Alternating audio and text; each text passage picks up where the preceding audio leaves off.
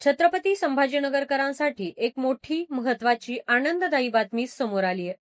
काय आहे ती बातमी? चला तर जाणून घेऊयात. येत्या 1 जानेवारी 2026 पासून शहरवासियांना दररोज पाणी पुरवठा सुरू होणार आहे. महाराष्ट्र जीवन प्राधिकरणाने म्हणजेच MJPने अतिरिक्त 200 MLD पाणी देण्यासाठी जोरदार तयारी सुरू केली आहे. जायकवाडी धरणातून पाण्याचा उपसा 15 डिसेंबर पासून सुरू होणार असून नक्षत्रवाडी येथील नव्या जलशुद्धीकरण केंद्रात त्याची टेस्टिंग केली जाईल.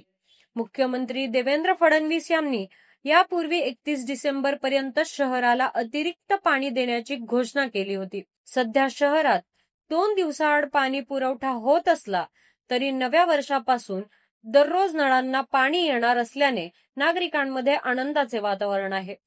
पाणी पुरवठा सुरळीत करण्यासाठी सर्व पाईपलाईन तपासणी, दाब चाचण्या आणि वितरण नेटवर्कची अंतिम ट्युनिंग सुरू आहे. प्रशासनाच्या म्हणण्यानुसार सर्व प्रक्रिया वेळेत पूर्ण झाल्यास नववर्षाच्या पहिल्याच दिवशी छत्रपती संभाजीनगर शहरवासियांना दररोज पाण्याची भेट मिळणार आहे.